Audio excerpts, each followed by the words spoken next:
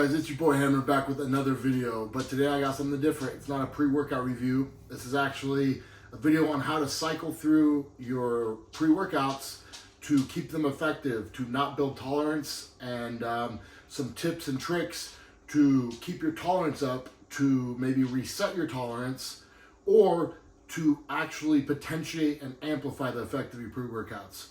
So what do we got in front of me? We got a couple different things. And let's start from the top. When you're talking pre-workouts, first things first, you want to get yourself the daily driver. What is the daily driver? There's my dog coming through. Daily driver is something like this. El Jefe Gorilla. It's got, it's a formula that's not as stim heavy. So it's not an exorbitant amount of caffeine. Usually under 400 milligrams is something you're going to call a safe spot. No exotics such as DMHA or DMAA.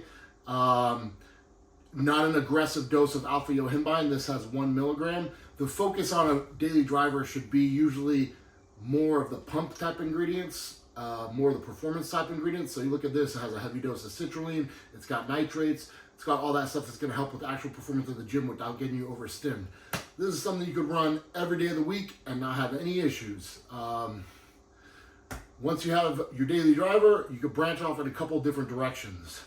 One direction you should definitely consider, but a lot of people are gonna hate, is the stim-free, something like bare knuckle. This is a product that is got all the pump, it's got all the performance, it's got some nootropic ingredients, but it's got 0 stimulants in it.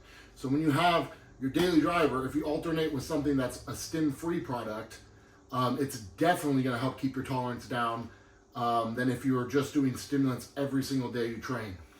Now, the other direction you could go, from daily driver, going back down to stim-free, you want to go up. There's a couple different ways you could take this. One of the first ones is nootropic heavy. I use Time Cop. Maybe this isn't the best example because this has a pretty heavy stimulant package as well. It's pretty heavy on the caffeine, but the point remains the same, that if you have your daily driver, one way to depart from that and get a different effect and push one of the levers down without pushing down every lever is nootropics. So these products are going to have, lion's mane, alpha GPC, tyrosine, DMAE, acetylcholine, Sabroxy, huperzine. All these ingredients are going to help with focus, with mindset. You're going to be tunnel vision locked in without aggressively stressing the stimulants. Now, a different direction to go is the Yo-Bomb, alpha-yohimbine. There's a couple products like this. Edge of Insanity is probably the most notorious.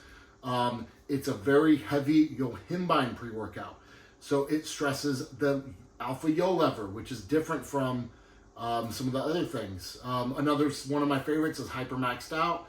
But there's plenty of pre-workouts that really stress the yohimbine as their main driving factor. A different lever you could pull, exotics. When you're talking about the DMHA, I got Crack OG here as my example. DMHA is something that you could use as a once or twice a week treat to really amp up your training, but it's not something you want to be going to every day. It's not, I would say never do it 2 days in a row. You get diminishing returns very quick. Same thing with DMAA, and even more so with DMBA. So if you want to have a DMHA hitter in your rotation, make sure they're spaced out. I would say no more than 2 times a week. That's the way I like to do it.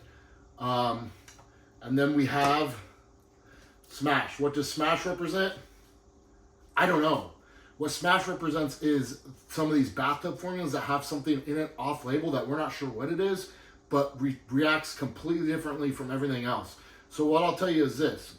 If I have my week started out, if I train with my daily driver, boom, daily driver on day 1, and I go, you know what, let's fire off the big guns. I go for DMAA on day 2. Alpha-yohimbine will still hit after DMHA.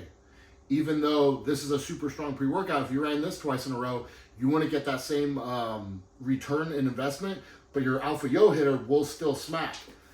And then what I have found is even if you stressed, multiple days in a row, you've done DMHA, your adrenals are just about fucking wiped.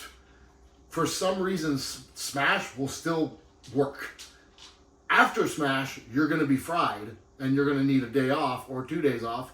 But whatever's in here, that speculated ingredient, it's still going to fire off and work. So you got to cycle these things. You have to use them strategically. I know a lot of people are like, hey, you know, here's my pre-workouts that I'm using right now, and they're just not really hitting. I'm using Juiced, Mr. White, Crack Purple, and Doomsday. And it's just like, those are all DMHA pre-workouts. It doesn't matter that they're different pre-workouts if they're stressing the same lever. So you have a couple different levers you could pull and play with throughout the week while still getting great workouts and still getting peak productivity. Now, another thing we're going to talk about is potentiating your workout, or your pre-workout, that is, making it more effective. And these are going to be a little bit controversial. This is not advice. This is not medical advice. Don't do this. Talk to a doctor before you do anything. This is all for entertainment purposes. I'm a medical professional. I'm just a freaking goofball who likes to work out. But if one of the effects we really like, particularly from DMHA formulas, but from a lot of good pre-workouts, they'll give you the head high and the euphoria. That comes from a big release of dopamine. And something else that works on releasing dopamine is nicotine. But it works on a different receptor. It works on, you literally have these nicotine or nicotinide or whatever they're called, receptors in your brain, and they produce dopamine. So if you were, again, hypothetically speaking, if you were to take something like a small dose, like a 3 milligram of Zyn with a DMHA pre-workout, it will amplify the dopamine rush to your head and that head high floatiness. Some people will probably not like it. It could make you sick. It could raise blood pressure. It could do a lot of negative things. Be aware of that. This is not advice. This is just theoretical, hypothetical nonsense. Another thing, again, potentially dangerous here. Grapefruit juice.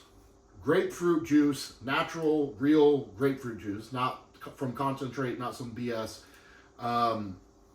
has a chemical in the grapefruit called 6,7-hydroxybergamottin, dihydroxybergamottin.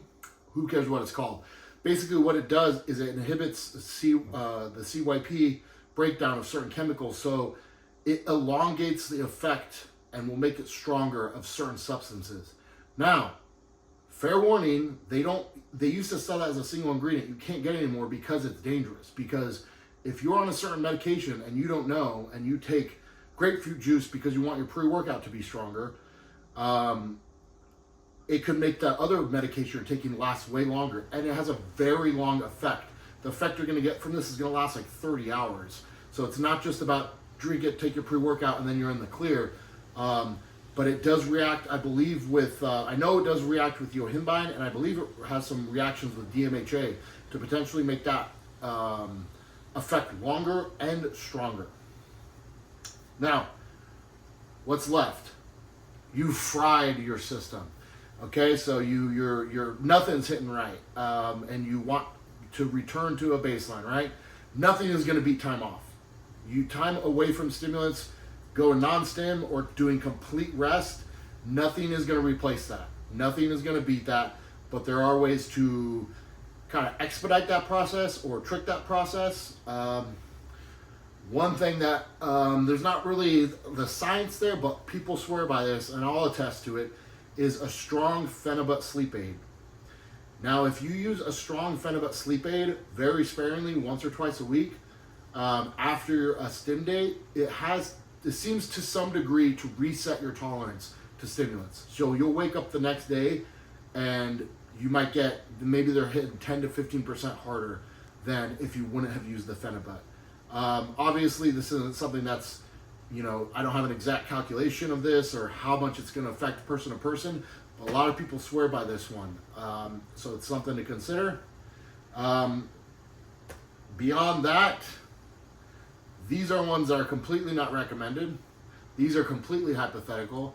I've never done this. I'm not recommending this. I read about this somewhere, and I think it might work. There's something called 9-MeBC. This helps to restore a lot of the neurotransmitters in your brain. So when your whole dopamine system is kind of down-regulated, 9-NBC can help restore that. Get it working right again. So if you were to have time off using that, it might expedite that process. Probably the most controversial thing, and I'm not even going to talk dosage, I'm not going to talk anything about it, but there's theoretically, hypothetically, some people who have speculated, maybe DXM has what is it? The NMDA production in your brain. Basically, if used during a rest period, it could take what 5 days off would do and turn it into the benefit of what maybe 10 days off would do. There is some theory that high doses on a single day off could do a complete reset. So it's you have 1 day off a week and you do a high dosage of that. That's very dangerous. It's not recommended. I wouldn't recommend that. But a low dose protocol during a complete week off is something that people have talked about. I'm not talking doses. I'm not talking duration. I'm not talking anything like that. But it's something that people have utilized or speculated at least can help reset your sensitivity to especially some of these more hardcore stimulants. So I basically think that's all I got for you guys today. You got to learn. There's a couple different directions you could go cycling stims. You never have to have a bad workout. Your daily driver should hit, and then when that's not enough, pull down and hit a nootropic. And then when you want something stronger, go DMHA. Can't go DMHA 2 days in a row, hit your alpha yo hitter. And if you really want to push it, you need one more day of training and you don't know what to do, pull in the underground bathtub formula that has something in that we don't even know. But most importantly is try as you can to not overdo this stuff. This stuff, it's fun to play with. It's fun to use. It's great to have a great workout. But if you go too hard, too much, all this stuff starts to have repercussions. What I always say is you always got to pay your taxes on everything.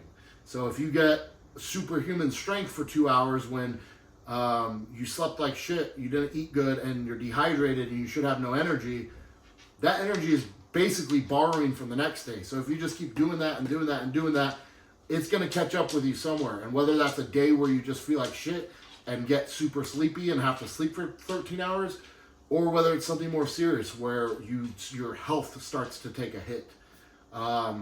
It's something to consider. But anyway, that's the video. I just thought I'd give my thoughts on how to cycle through pre-workouts, how to keep your system going, because a lot of people seem to not understand it. They get a couple different pre-workouts and cycle through them, but they're all basically doing the same thing. So that's all I got for you guys. Thanks for watching. Please like, share, subscribe, click all the buttons, do all the things. Follow your boy on Instagram @AlexHammerstone, on Twitter @AlexHammerstone, and I'll catch you next time.